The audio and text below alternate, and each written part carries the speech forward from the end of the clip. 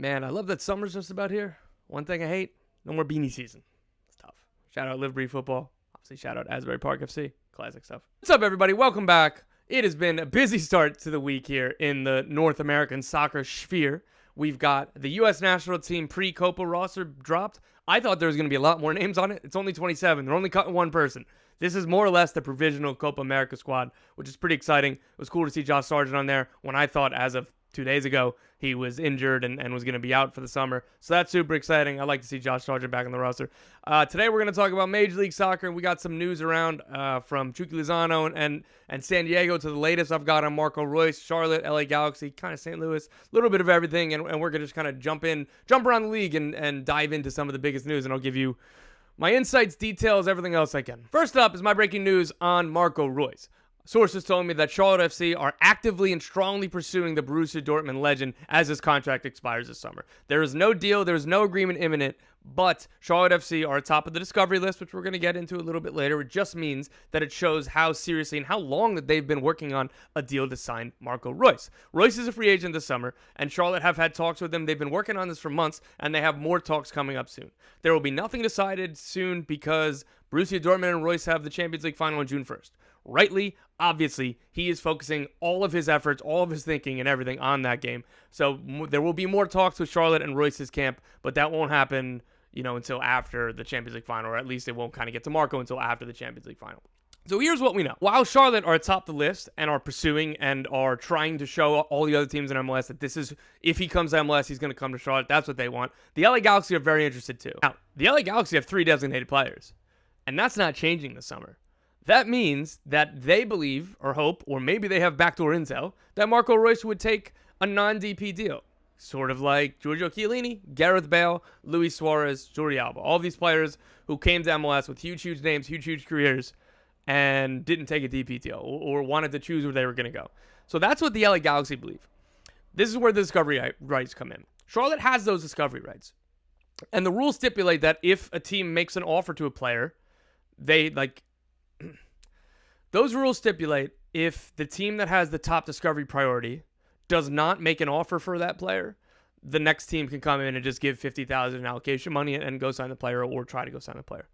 That's not going to be the case for Charlotte because if a team makes an offer, you need to trade and acquire and agree between both parties for those rights.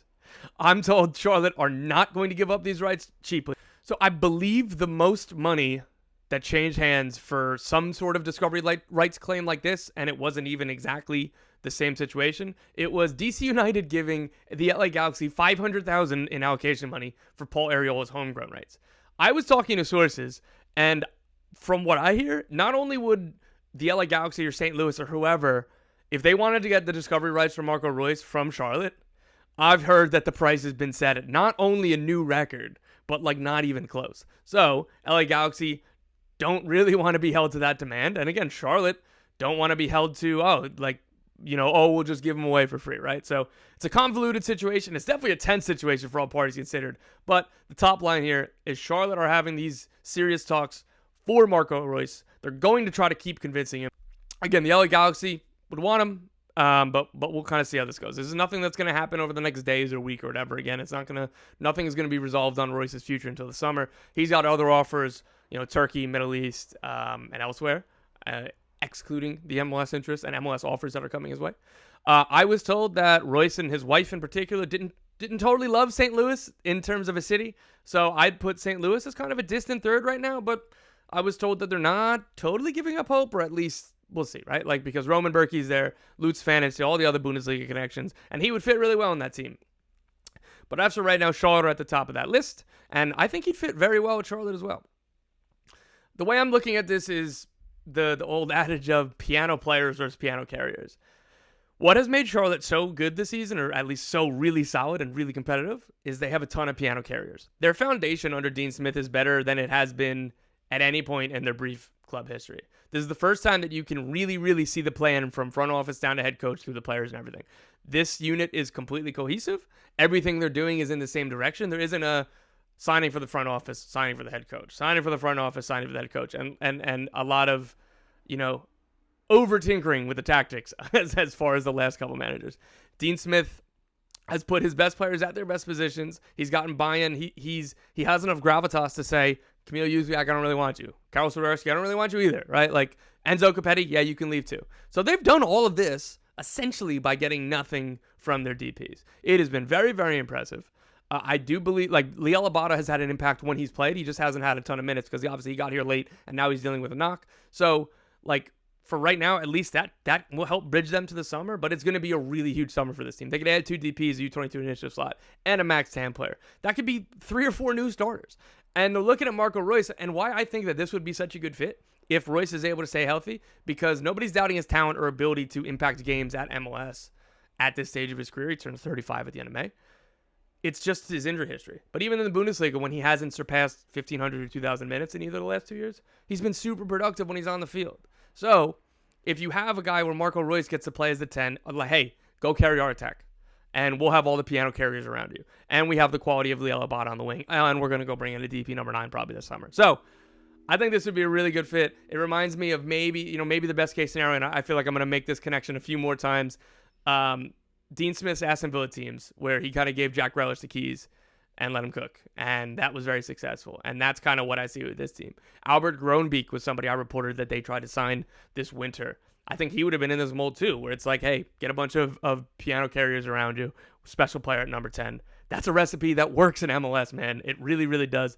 So no matter what happens with Charlotte and Marco Reus, I think Charlotte are in a really good position. They have a lot of money to spend this summer, and if they don't get Reus, I'm sure that they're going to keep trying to take some big swings. And again, like, I'm very much expecting either 2 DPs and something else, or a DP and a U22 and a TAM. Like, I'm expecting several key signings this summer for Charlotte FC. Let's see if it's Marco Reus. Next up, San Diego FC. We've got some news on the expansion team as well. Let's go with the positive first. Chucky Lozano, that deal is completely agreed. It's just kind of going over line by line basis. What I was told is it's supposed to be signed in the coming days. So everything's all good, ready to go. Deal is worth around $12 million. A very significant fee for what they want to be their first marquee star. This team has 3 players under contract, and Lozano is going to be the 4th, again, barring some unforeseen, incredible, awful circumstances for this deal to fall through. Chucky Lozano, you can unless you hear differently from me or somebody else, you can just pencil him in as a San Diego FC player. Though, again, the deal is not signed, but it is almost there. A deal that never got signed that I thought was going to happen, Carlos Avina. He was supposed to be the new sporting director for San Diego. That was one I felt even stronger about than Chucky Lozano a couple weeks ago. At the 11th hour, the very last minute, when I was expecting this deal to be made official and go through and just pretty much be signed after Monaco's season ended, it completely fell through at the last minute. Carlos Avina will not be the club's sporting director. They once again need to go back and look for a sporting director, and this is a guy that they had targeted for a long time. They first were looking into him last summer when he was leaving Cercle Bruges and he went to Monaco. And then they kind of came back this winter and convinced him, and they were working on it with Monaco. There was nothing that was going to be done until the end of Monaco season. Monaco qualified for the Champions League, and Carlos Avina is staying put. So, back to the drawing board. Thankfully, with their ownership group, with Right to Dream, with Nordsjælland, everything else, like, they have the sporting infrastructure that can help. They already have plenty of people working and helping with the inaugural roster, whether they technically work for Right to Dream or whether they technically work for San Diego, right? Like, so they have the infrastructure, at least right now, to be okay, and they have a couple smart people working on this, but they need to get they need to go back to the drawing board for a new sporting director, and then they need to get into the head coaching search. So it's unfortunate. It's not ideal timing, because I thought right now is when they'd really be ramping up head coach after getting the Lozano deal signed, all this stuff, and keep going. So they still have a lot of things to do. They still have a lot of time, but it's not ideal for all parties. A couple other things with San Diego. I haven't heard anything new on Sergio Ramos. Same thing, like I said, advanced talks, serious talks. Nothing was agreed or imminent, as I said a couple weeks ago. See what happens. And another one that I've kind of been silent on, Kevin De Bruyne. From my understanding, Kevin De Bruyne's camp reached out to San Diego and said, hey, if Kevin comes to MLS, San Diego is a market that he'd consider. Would you be interested? And obviously, they were like, yeah, I mean, sure. Who wouldn't be interested in Kevin De Bruyne, right? Like, leaving aside any numbers or anything, like that was the extent of it. Would you consider it? Would you be interested? Yeah, sure. Okay, cool. Thanks. A couple weeks later, it got reported that San Diego were ready to make a big bid or something for Kevin De Bruyne. So, it's not nothing, right? Like, I think that is news that His camp was saying, hey, we'd be open to San Diego if he comes to MLS. That'd be one of the markets we'd consider. That is news, but let's pump the brakes on anything imminent because nothing's happening anytime soon. It's exciting. I do hope he comes to MLS. He's just, a world-class legendary player, but can't overplay this. And I don't know. I have had a lot of dudes in my mentions asking me about Kevin De Bruyne and San Diego, so I figured set the record straight. Next up, we've got our first managerial change of the Major League Soccer season. Nashville SC fired head coach Gary Smith. Nashville had 4 wins in 12 games this season, and ironically, one of those wins was Gary's last game in charge. The poor guy got fired after a win. That's tough. The old quandary here is, how do you go from good, really solid, really competitive, to great? And that's been the elusive next step, next evolution for Nashville under Smith. I do want to say again, look around the league. How many teams wouldn't take the last 4 years of Nashville SC and what Gary Smith did? Correctly criticized for lack of attacking ambition. I get it. There's nothing. It wasn't perfect, right? They didn't ultimately never won any trophies. Their playoff runs never really got to the end. They did get to a Leagues Cup final, lost in penalties. That was unfortunate. And they kind of regressed the second half of last year and this year. So I understand all of the reasons for the change, but I just don't want revisionist history to lose sight of the fact they made the playoffs in all 4 years, only one of 4 teams in MLS over that time frame to do so. Would the Chicago Fire kill for just 1, maybe 2 of those seasons? What about the San Jose Earthquakes? What about FC Dallas? You kind of go down the list, and yeah, it's easy to say, oh, they didn't score enough goals, they weren't fun to watch, but he got results, and that's a trade-off that I think you make. But the problem with playing that style is when the results aren't coming, it's the critiques come much quicker as they should. So, look, they regressed. All of the underlying numbers were awful this season in terms of attack and even defensively. That was the weirdest part. I guess you can point to Walker Zimmerman being in and out of the lineup, mostly out of the lineup. But all good things come to an end. But I just want to say my piece there that we don't look back on this and be like, oh my God, what an awful era. They were so unwatchable or whatever. Guess what? They got to a final. They got results. And they had one of the most expansion runs in league history. They didn't end up winning a MLS Cup like LAFC and Atlanta United did within their first 4 years, but only them and the Seattle Sounders of modern expansion teams made the playoffs in all 4 years. That's really impressive. That's something to hang your hat on. Anyway, why they made the change and what happens now. I'll throw it over to GM Mike Jacobs, who had a couple quotes this weekend. It got to a certain point where we needed to have a new voice and a fresher perspective. As we continue to look at the league and teams that grow and evolve, we have to do the same ourselves. Again, that is the central thesis, the central point to this. How do we evolve? How do we take the next step? They were going in the wrong direction, and it's always a difficult quandary of we don't want to lose our positive game. We don't want to, in search of trying to take the next step, actually take 2 steps back. But it got to the point where they had to roll the dice on that no matter what. A quote that stuck out to me more is this. As we move into Nashville 2.0 and the evolution of our club on the field, we have to take advantage of the things that our league allows us to do. Whether that's utilizing players in the U22 initiative, whether it's being able to identify players from areas of the country and parts of the world that will generate high resale value, we have to make sure that we're malleable and we're flexible ourselves. That's the crux here. Other than Hani Mukhtar, none of the key attacking signings worked out. Who worked out? CJ Sapong, which is, awesome MLS forward, but they would have spent a lot of money on Yonder Cadiz. That ended up being a loan with the purchase options they didn't trigger. They spent a club record fee of just under $7 million for Ake Loba. Couldn't have been worse. Gary Smith straight up refused to play him with Hani Mukhtar. And the technical staff did not see that one coming, or they thought they could play together. Gary Smith didn't agree, so they never did. Ake Loba ends up getting bought out. Yonder Cadiz is scoring goals in Portugal. Their only key swing on the U22 initiative was Uruguayan Rodrigo Pinheiro. He played 9 MLS minutes. 9. He has since gone back to South America and has been excellent and rebuilt himself in Chile and was sold to an Argentine club for $3 million, right? He's a good player. And that happens, it's not just a Gary Smith thing where sometimes talented players don't work out in this league. But when you look at the team and you kind of think hey, Rodrigo Pinheiro could have been useful. And maybe what would he look like under Wilfred Nancy? What would he look like under whatever, right? So these are the things that aren't fair. But what is fair is there's a track record here of not being able to kind of develop young talent or even trust young talent. Jack Mayer is really the only example of a young player that got better and kind of went through and up. And he's a center back, right? And that's still something, but it wasn't a winger, it wasn't a forward. It was the Hani Mukhtar show, and that was it. As for their coaching search, who to watch? This is going to be a mix of domestic and abroad, which is normal for all of these coaching searches. I'm going to throw out some domestic candidates. I want to point out these aren't reported names that I've heard. These are just deductive reasoning and somebody who's involved in conversations with people. Like, I have a pretty good feeling that if they're looking within the league, these would be some of the names that they'll at least be considering, whether or not they bring them in as finalists or interviewees, whatever.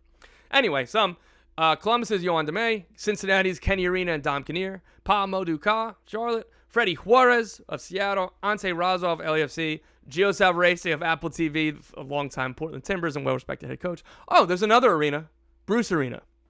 That might make sense. And some international candidates. One that comes to mind, I'm not going to kind of run through a bunch more, but like Ronnie Dyler's available. He should be at the head of all these MLS searches if he wants to come back. And I don't know that he does or not, but I would put in a call.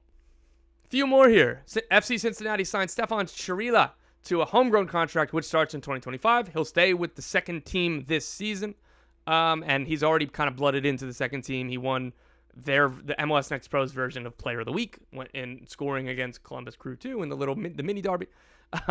He's 17 years old. This dude's been scoring goals for fun. He won the Golden Boot for the U17 age group at the GA Cup, was named Best 11. He was really awesome at that tournament. He had been scoring a ton during the academy season. And again, he's fully with the second team now, and that's where he's going to stay until the deal becomes a first team deal in the winter. The Philadelphia Union will get some sort of compensation for his rights. He came from the Philly Academy. He joined in like early fall, late summer of 2023. So he hasn't been here an insane amount of time, but like he's been very, very successful, and they want to kind of secure his future while they're at it. He does have a younger brother, I just want to point out, and I've heard that he's very good as well. So there's another one to watch. New England Revolution. I'm not going to go into the negative news. There's plenty of that you can find on Twitter right now. But on the positive side, the New England Revolution are going to get another $2 million from Chelsea in the deal for Georgi Petrovic after an add-on was triggered, sources tell me. That deal is now just under $20 million US, making it one of the most expensive outbound transfers in MLS history. He's made 31 appearances for Chelsea this season. Coming in as a backup, he got his chance when Robert Sanchez got hurt. I really hope he retains a top spot next year. Based on when I broke this news on Twitter and getting aggregated by, 7,000 Chelsea accounts, a lot of the comments that I got tagged in seemed very positive of Georgi Petrovic. It seems like the fans want him to be the starter. I'm going to be biased, obviously, because I'm used to watching him every week in MLS for a year and a half. He's awesome. From what I've seen of him at Chelsea, I thought that he's very good. I hope that he keeps his spot, but Chelsea's a club. They are always liable to go out and spend another $60 million on a goalkeeper if they want this winter. Who knows? But I think Georgi Petrovic should have the inside track at keeping that job next year. Last one, salary release day. Speaking of agents and GMs leading up to the MLSPA salary data dump, they both called it the worst day. Agents and GMs agreed on something here. It was funny that it's like GMs are like, great, like now people will cherry pick. Oh, I'm a center back, and look at the worst center back contract for another team in another conference. Why aren't I getting that money? And those players are saying the same things to their agents, or the agents are looking and being like, oh my God, like my goalkeeper got this when this like comparable. It's gonna be a never ending. Like I talk to players, they devour this stuff the same way we do. Sporting directors, technical staffers, they devour this stuff like we do. Agents do. So it's kind of fun to just talk about all of this. But me and you, we just get to talk about it like this. Agents, GMs, and players get to get angry and have to have negotiations and stuff. So they were all prepared for that. Some interesting ones for me. Probably the most interesting one. New York Red Bulls are paying Emil Forsberg $6 million. I was shocked to see that. Pleasantly surprised. Like, good to see that they're going for it. They haven't in recent years. I don't want to keep repeating myself for all the things I said about Emil Forsberg and why that was such an important signing, not just because Emil Forsberg is very good, but also because it's not a signing that the Red Bulls have made in a very long time. This isn't a player with resale value. This is a serious investment in a player that will help them win now and nothing more. And you just love to see that once in a while to have that balance. It is so important to sell players, develop players, all that stuff in modern soccer. I get it. But dude, we're here to win trophies. We're here to win points, do everything else. So once in a while, it's nice to remind yourself that, oh yeah, you can just sign a player and put an investment in them because you think they're going to help you win. And not because it's like stupid asset management, right? Like, so just got to make sure that balance is always there. Top 10. Top 10 in guaranteed compensation. Lionel Messi, Lorenzo Insigne, Sergio Busquets, Xherdan Shaqiri, Driussi, Bernadeschi, Forsberg, Hector Herrera, Hani Mukhtar, Carlos Hill. Sorry that I laughed because Xherdan Shaqiri has now made more money in MLS than all but 10 players in league history. He's been here for 3 years. He's been awful. The team has been awful. Insigne is second most in league history, and he's Michael Bradley is first. He's going to get caught by Insigne and probably Lionel Messi. Yeah, definitely Lionel Messi next year. So enjoy it while you can. Michael Bradley as the all-time career leader in MLS earnings. All right, that'll do it today. We went back to being solo after my good pals Jeff Reuter and Matt Doyle gave me some of their time over the last few weeks to come in. A few of you have commented that you like those, and I liked doing it with them. But particularly the one with Jeff wasn't clicked on, wasn't watched a ton. And I mean, personally, I don't know. It is what it is for me. But like, it just makes me feel bad to like ask them for their time if it's not going to be. So let me know if you want that stuff, and I'll keep on bothering my friends. But if it's not viewed a ton, then I feel bad. These guys are very busy. These people are very smart. They have a lot of other things they can be doing. So it just makes you feel bad sometimes when the numbers go down compared to some of the other stuff I've done. But I digress. Anyway, it was nice to talk to them. I thought those were good videos. And so maybe I do have to be better. I have to have better headlines, better thumbnails, better questions, better all that stuff. So just want to make sure that is what some of you guys do want. And I'm glad to do it more in the future.